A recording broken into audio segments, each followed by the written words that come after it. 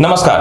कहते हैं कि जन्म कुंडली में ग्रह जितना बलवान होगा आप अपने जीवन में उतना सफल होंगे, आपकी बुद्धि उतनी कुशाग्र होगी और जब बुद्धि कुशाग्र होगी तो आपका कर्म बढ़िया होगा और जब आपका कर्म अच्छा होगा तो आप इस सृष्टि पर राज करेंगे, लोगों के मध्य में जाने जाएंगे, पहचाने जाएंगे और जिम्मेवारी भी आपके जीवन में इतनी बड़ी बड़ी होगी कि परिवार के साथ देश का, राष्ट्र का आपके ऊपर रिस्पॉन्सिबिलिटी आ सकता है, क्योंकि ग्रहों की स्थितियां इस प्रकार से प्रबल है कि आप सफलता के बहुत ऊंचे पायदान पे जा सकते हैं।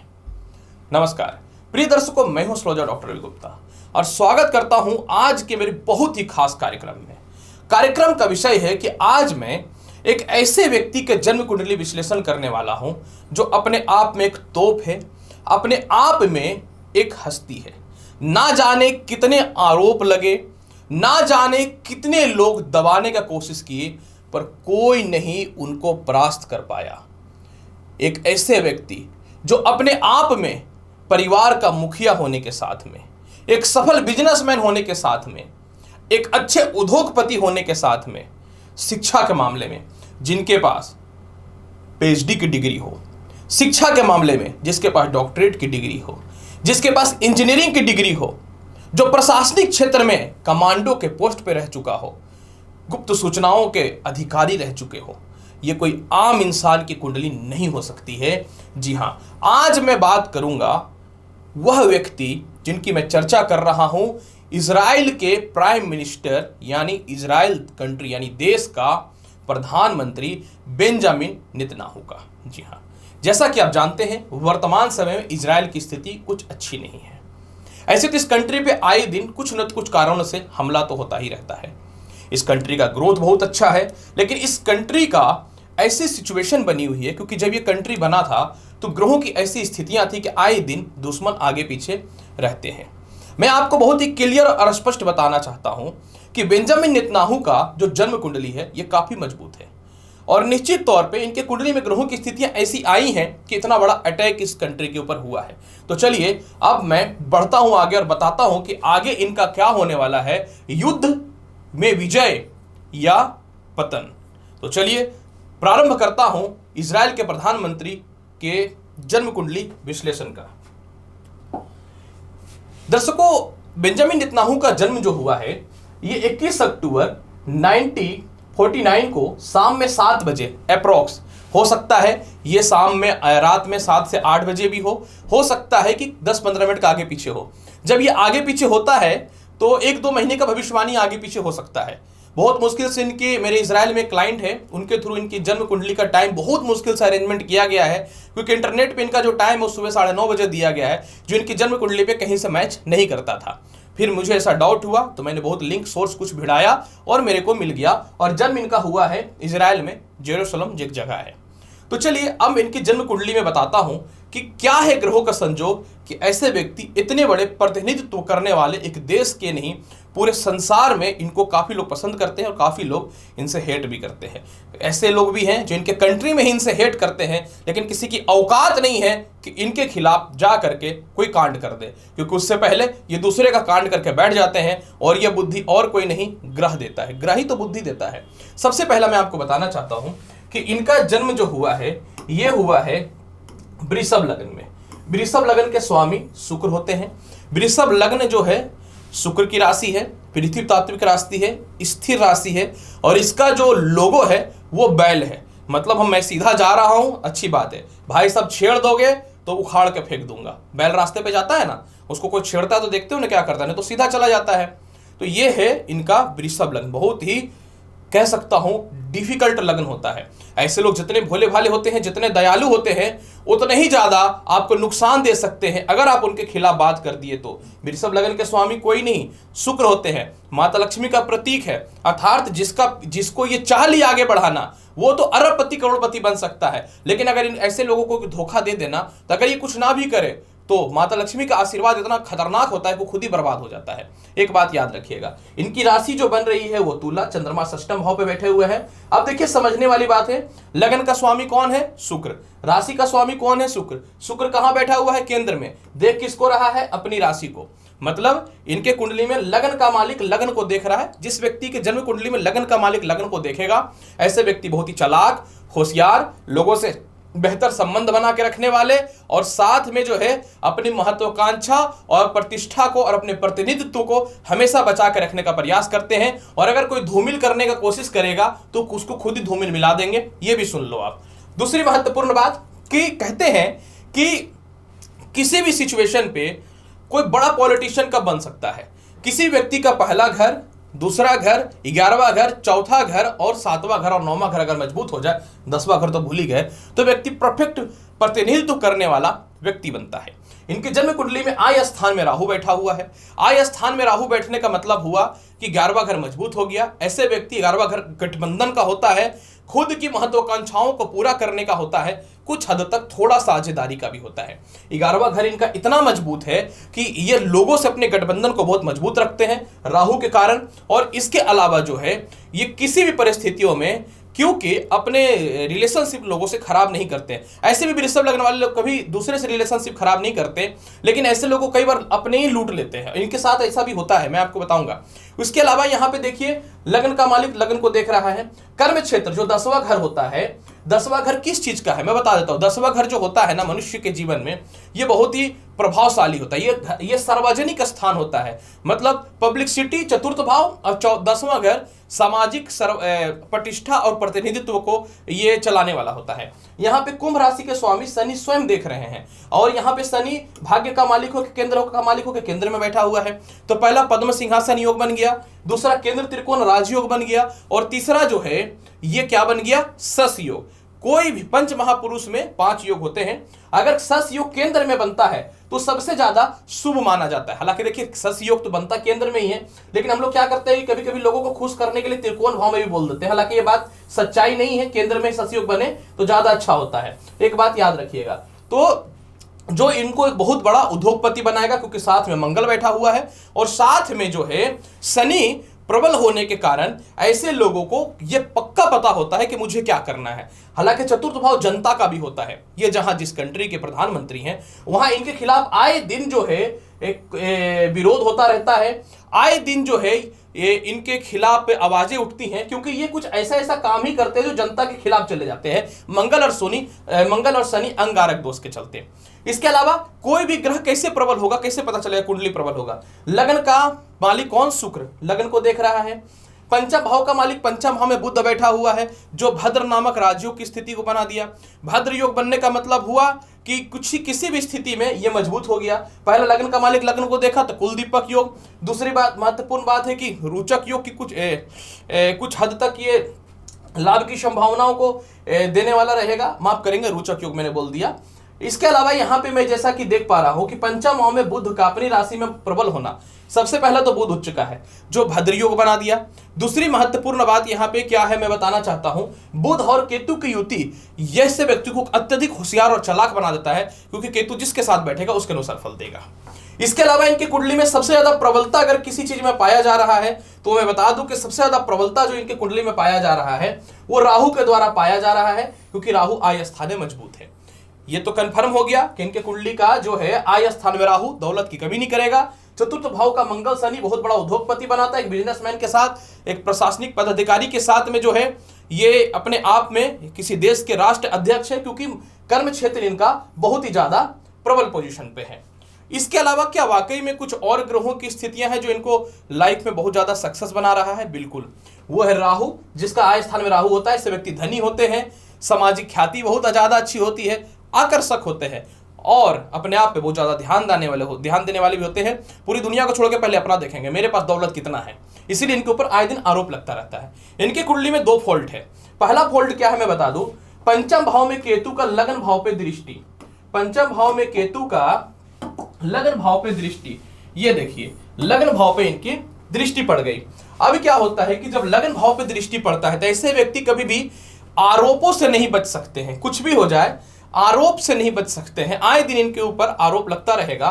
तीसरा भाव जो पराक्रम का भाव होता है, इसके मालिक चंद्रमा षष्ठ भाव पे चले गए, यहीं पे सारा कहानी इनका पलट जाता है। यही शनि और चंद्रमा, षष्ठम भाव क्या होता है मैं बता देता हूं। षष्ठ भाव जो होता है ये चिंता का होता है। ये शत्रु का होता है। इसके अलावा जो है किसी भी देश में या किसी भी कंट्री में अगर किसी व्यक्ति का षष्ठम भाव कमजोर हो उसके राष्ट्रीय अध्यक्ष का, तो उस देश पे युद्ध होना आम बात होता है। और इसके अलावा जो है ऐसे व्यक्तियों को झगड़ा विवाद और चतुराई करने में कभी कभी दिक्कतें पैदा हो जाती है। एक चीज याद रखिएगा, क्योंकि चतुराई का भी भाव होता है। इसीलिए इनके कुंडली में है कि इनके अपने ही कभी कभी मित्र, इनके खुद के जनता, इनके सहयोगी, और सूर्य किस चीज का मालिक है, चतुर्थ भाव का अष्टम भाव में होने के कारण जो है आए दिन कुछ न तो कुछ इनके ऊपर आरोप लगता रहता है और इनके अपने ही इनके कभी कभी शत्रु भी बन जाते हैं।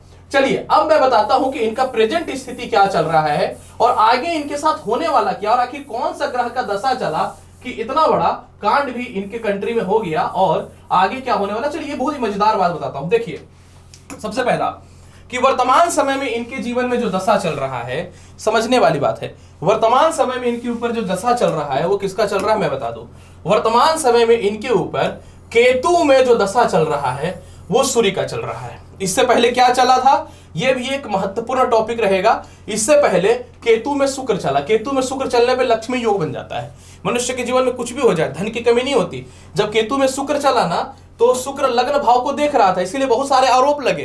केस मुकदमा भी हुआ है पिछले वर्ष इनका कोविड के बाद, और इसके अलावा जो है प्रधानमंत्री का पद जाते जाते बचा है। और कहे कि ये ऐसे तो पहली बार 1994 में प्रधानमंत्री बने थे, उसके बाद फिर 2000 से 2003 के बीच में ये हार चुके थे, फिर गठजोड़ करके फिर ये बन गए। 2009 में भी ये ऑलमोस्ट 2008 में ये हार चुके थे, 2009 में फिर से ये जीत गए। ग्रह की प्रबलता थी, अब कितनी भविष्यवाणी में करूं। इसके बाद अब इनकी सीट जाने वाली थी, लेकिन बचा हुआ किस कारण से था, समझने वाली बात है। बचा हुआ था शुक्र के कारण, क्योंकि ये अपना जुगाड़ अच्छे से लगा लेते हैं। लग्न बहुत मजबूत था ना। अब इनका प्रेजेंट स्थिति ठीक नहीं है। इनके कुंडली में वर्तमान समय में जो दशा चल रहा है वो केतु में चल रहा है सूर्य, जो 20 सितंबर 2023 से 26 जनवरी 2024 तक है। और इसके बाद फिर जो है इनके जीवन में जो है फिर कौन सा ग्रह का प्रवेश होगा, ये बहुत महत्वपूर्ण रहेगा। तो अब यहां पे देखने वाली बात है कि इनके जीवन में जो ग्रह चल रहा है इसकी चर्चा अगर मैं करना चाहूं तो वर्तमान समय में इनके जीवन में जो दशा है वो सूर्य है। अब आते हैं सूर्य में। थोड़ी देर पहले मैंने भविष्यवाणी किया कि सूर्य खराब है, सूर्य षष्ठम भाव में बैठे हुए हैं। पहले समझो दशा किसकी चल रही है, आपकी जन्म कुंडली में होगी तो समझ में आएगा। केतु में सूर्य ग्रहण लग गया।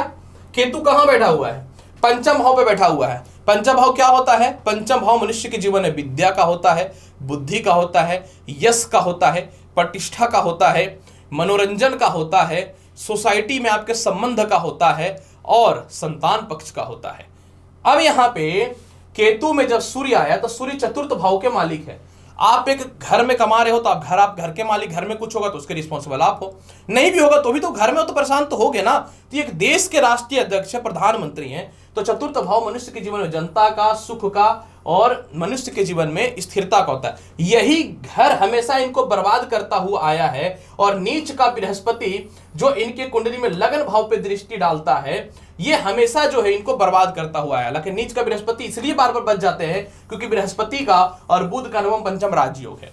अब यहां पे देखिए क्या हो रहा है कि जब सूर्य का दशा आया केतु में तो इनके प्रतिष्ठा में हानि हुई, इतना बड़ा अटैक जो हुआ ये। और आपको एक बात, सबसे महत्वपूर्ण बात, कहते हैं कि ग्रह वाकई में सही होता है, देखने के लिए दिमाग चाहिए। देखिए 7 अक्टूबर के इनके ऊपर अटैक हुआ था इनके देश में, और अगर आप एक बात समझाऊं ना, एक बात तो बड़ा मजा आएगा। देखिए 7 अक्टूबर को अटैक हुआ और 7 अक्टूबर को ही इनके जीवन में मंगल का प्रवेश हुआ था। ये देखिए 7 अक्टूबर को इनके जीवन में मंगल का प्रवेश हुआ था। और मंगल की बात अगर मैं करूं तो मंगल इनके कुंडली में देखो सप्तम भाव और द्वादश भाव का आधिपत्य है, मतलब मारक हो गया। बृहस्पति में मंगल मारक होता है।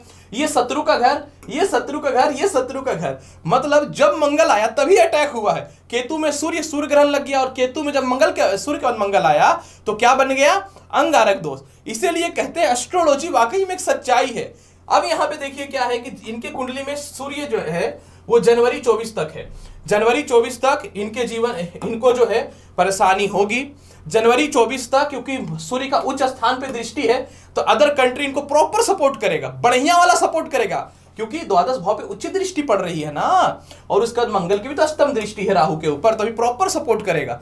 मतलब जनवरी तक इनका अस्थिरता परेशानी रहेगा, जनवरी तक टेंशन तनाव की स्थिति रहेगी, जनवरी तक जो है कह सकता हूं कि चतुर्थ भाव का स्वामी कमजोर होने का मतलब यह हुआ कि भय, चिंता और युद्ध से मुक्ति नहीं होना है। लेकिन एक बात याद रखना, सूर्य का चतुर्थ भाव का अधिपति होने का मतलब यह हुआ कि कुछ भी कर लिया जाए, धीरे धीरे इनका चतुर्थ भाव कमजोर हो रहा है। मतलब इनकी संपत्ति, इनका कह सकता हूं कि मूलभूत रूप से इनका जो भी कंट्री का वर्चस्व धीरे धीरे डाउन होता चला जाएगा, क्योंकि सूर्य इनको अपने ट्रैप में ले लिया है। सूर्य बुद्धि है, बुद्धि इनका खराब हुआ पड़ा है क्योंकि चंद्र ग्रहण लग गया है। अभी भी मौका था, बीच में फिलिस्तीनियों ने और हमास के लोगों ने बोला कि कॉम्प्रोमाइज कर लो, इन्होंने नहीं किया क्योंकि केतु और सूर्य इनको अपने ट्रैप पे ले लिया है। चतुर्थ भाव का अधिपति है ना, चतुर्थ भाव संपत्ति का होता है। अब इनके दिमाग में कि कुछ भी हो जाए हड़प लेंगे, पूरे हमास को ही हड़प लेंगे, कुछ भी हो जाए अब तो हड़प लेंगे, क्योंकि इनको झूठा दिलासा सूर्य दे रहा है कि तुम कर लोगे। होने वाला कुछ नहीं है, एक बात याद रखना। इसके बाद फिर इनके जीवन में क्या होगा मैं बताता हूं। जनवरी तक परेशानी, फिर इनके जीवन में चंद्रमा आ जाएगा। ये देखो 26 जनवरी 2024 से अगस्त 24 तक चंद्रमा आ जाएगा।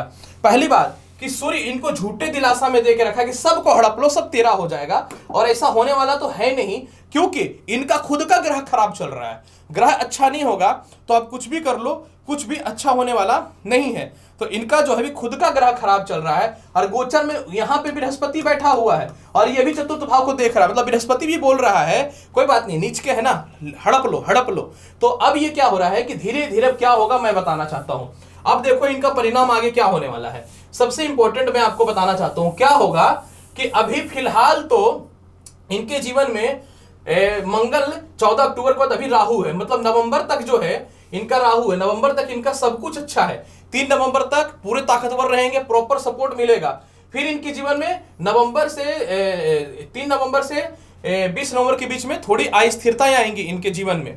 इसके बाद फिर शनि आएगा, बुध आएगा। ये सभी ग्रह इनके जीवन में प्रॉपर मजबूत है, क्योंकि जब इनके जीवन में बुध आएगा, केतु आएगा, सूर्य आएगा, तीनों से इनका तालमेल बहुत ही अच्छा है। मतलब इनका 26 जनवरी 24 तक जो है परिस्थिति ठीक है, लेकिन ये कब्जा नहीं कर पाएंगे हमास के पास, विजय प्राप्त नहीं कर पाएंगे। ये एक बात याद रखना, कॉम्प्रोमाइज कर ले तो बहुत अच्छी बात है। फिर इनके जीवन में चंद्रमा का प्रवेश हो जाएगा। अब इस चीज को समझना है, मतलब इनके जीवन में अभी कुछ भी कर लिया जाए, नवंबर तक तो इनकी हालात जो है मजबूत है, कुछ लोगों का सपोर्ट मिलता रहेगा। इसके बाद इनके जीवन में चंद्रमा आ जाएगा। चंद्रमा जब आएगा, अब सुन लो, सीधी बात करता हूं, घुमा करके नहीं करूंगा, छठे भाव में है। यहां पे सबसे पहला क्या है कि सूर्य है, तो सूर्य इनकी कुंडली में है, तो एकदम स्पष्ट तौर पे नवंबर तक जो है इनका तो चलो भाई प्रॉपर सपोर्ट है, बढ़िया है, नवंबर तक इनका बहुत बढ़िया प्रबल पोजीशन पे।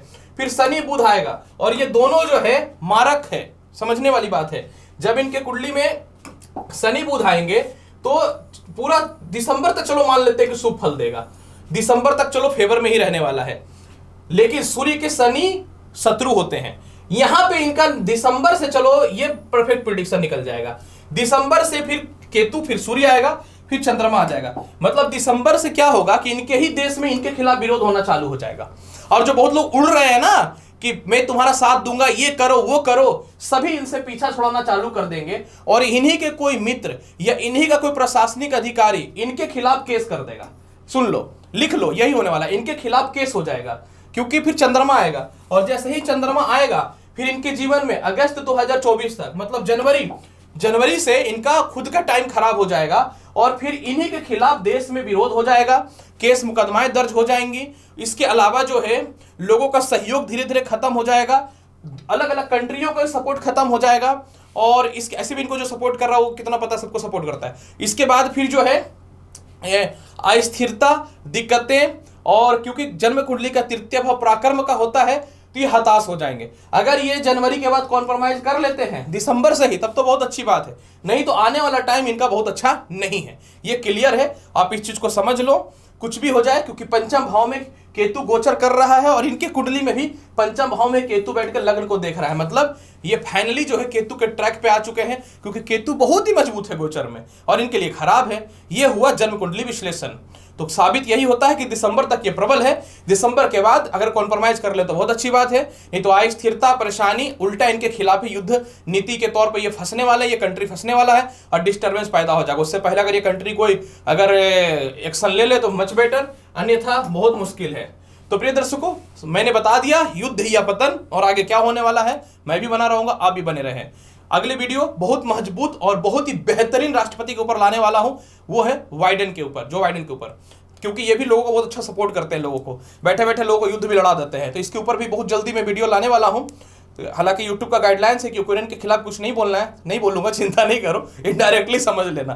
तो हो सकता है, उम्मीद करता हूं कि बताई गई जानकारी संतुष्ट होंगे। मिलते हैं अगली वीडियो में एस्ट्रोलॉजर डॉक्टर रवि गुप्ता की इस विशेष जन्म कुंडली एनालिसिस के शो में। धन्यवाद।